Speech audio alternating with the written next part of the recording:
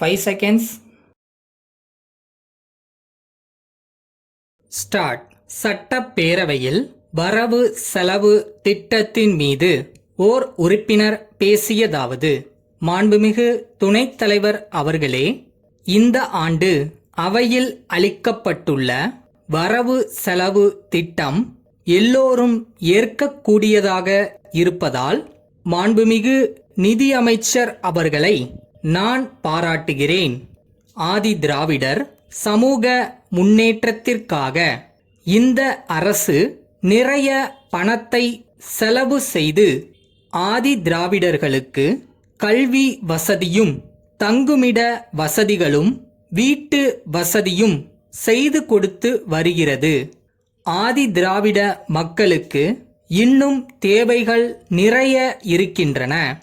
ஆகையால் அவர்கள் இன்னும் விரைவில் முன்னேற்றம் அடைவதற்கு தேவையான வசதிகள் செய்து கொடுக்க வேண்டுமென்று கேட்டுக்கொள்ளுகிறேன்.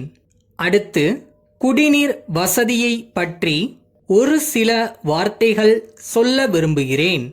அரசு குடிநீர் வசதி இல்லாத எல்லா கிராமங்களிலும் அந்த வசதியை செய்து கொடுத்திருக்கிறது. முன்பே குடிநீர் வசதி செய்து கொடுக்கப்பட்ட சில இடங்களில் பழைய திட்டங்களுக்கு மத்திய அரசிடமிருந்து நிதி உதவி கிடைக்கவில்லை என்று தெரிய வருகிறது. அதனால் பழுதாகி இருக்கும் பழைய திட்டங்களை புதுப்பிப்பதையும் அதிகப்படுத்துவதையும் கைவிடக்கூடாது என்று தெரிவித்துக் கொள்ளுகிறேன்.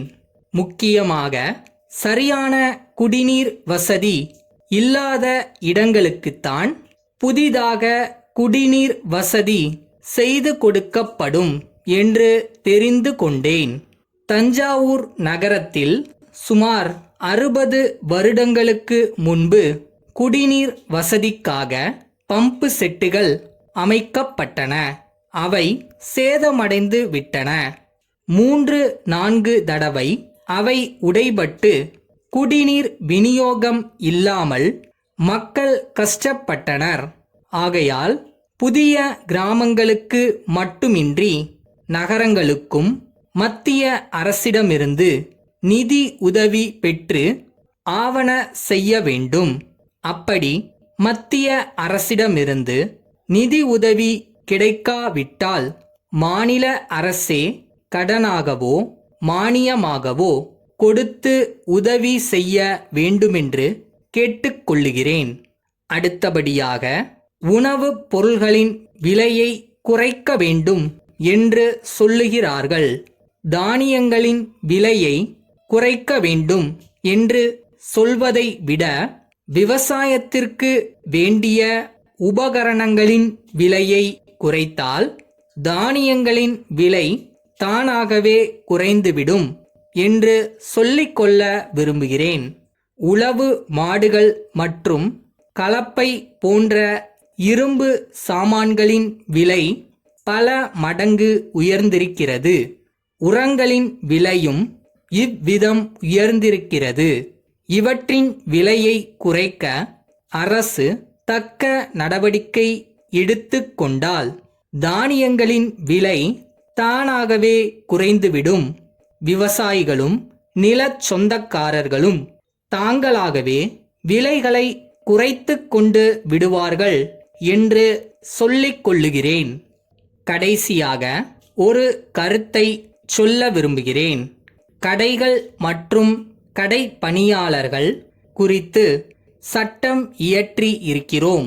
இரவு 8 மணிக்கு மேல் கடை தொழிலாளர்களிடம் வேலை வாங்க கூடாது என்று குறிப்பிட்டிருக்கிறோம்.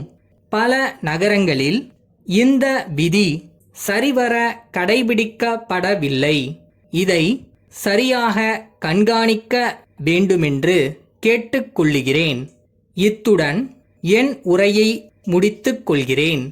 சாத்தூர் தேசிகன் கூட்டமைப்பிலிருந்து நாக்பூர் திரு ராமையா அவர்களுக்கு எழுதும் கடிதம். அன்புடையீர், நாக்பூரில் எங்களுடைய பொருள்களுக்கு விற்பனை ஏஜென்ட்டாக பணியாற்ற ஏற்றுக்கொண்டு எழுதிய கடிதம் கிடைத்தது. ஏற்கனவே அங்கு எங்கள் பொருள்களுக்கு கிராக்கி உள்ளது. இத்துறையில் பல வருடங்களாக பணியாற்றி வரும் உங்களை போன்ற ஒருவர் எங்களுடைய ஏஜெண்டாக பணியாற்றினால் விற்பனை இன்னும் அதிகரிக்கும் என்பதில் சந்தேகமில்லை. இது குறித்து நீங்கள் சொல்லியுள்ள நிபந்தனைகளை ஏற்றுக்கொள்கிறோம். 2 வாரங்களுக்கு ஒரு முறை விற்பனை குறித்த ஒரு விவர அறிக்கையை எங்களுக்கு அனுப்பி வைக்குமாறு கேட்டுக்கொள்கிறோம். மாதத்திற்கு ஒரு முறை கணக்கு தீர்க்கப்படும் என்பதை தெரிவித்துக் கொள்கிறோம். உங்களுடைய வாடிக்கையாளர்களுக்கு விலையில் தள்ளுபடி அளிப்பதையும் பற்று வரவில் விற்பனை செய்வதையும் பொறுத்தவரையில் நம்முடைய பரஸ்பர உரிமையை பாதிக்காத வரையில் அது முற்றிலும் உங்களுடைய விவேகத்தை பொறுத்தது. இத்துடன் இணைக்கப்பட்டுள்ள ஒப்பந்த நமூனாக்களில் நாங்கள் கையெழுத்து இட்டுள்ளோம். ஒரு நகலில் தாங்களும் கையெழுத்திட்டு அதை எங்களுக்கு அனுப்பி வைக்குமாறு கேட்டுக்கொள்கிறோம்.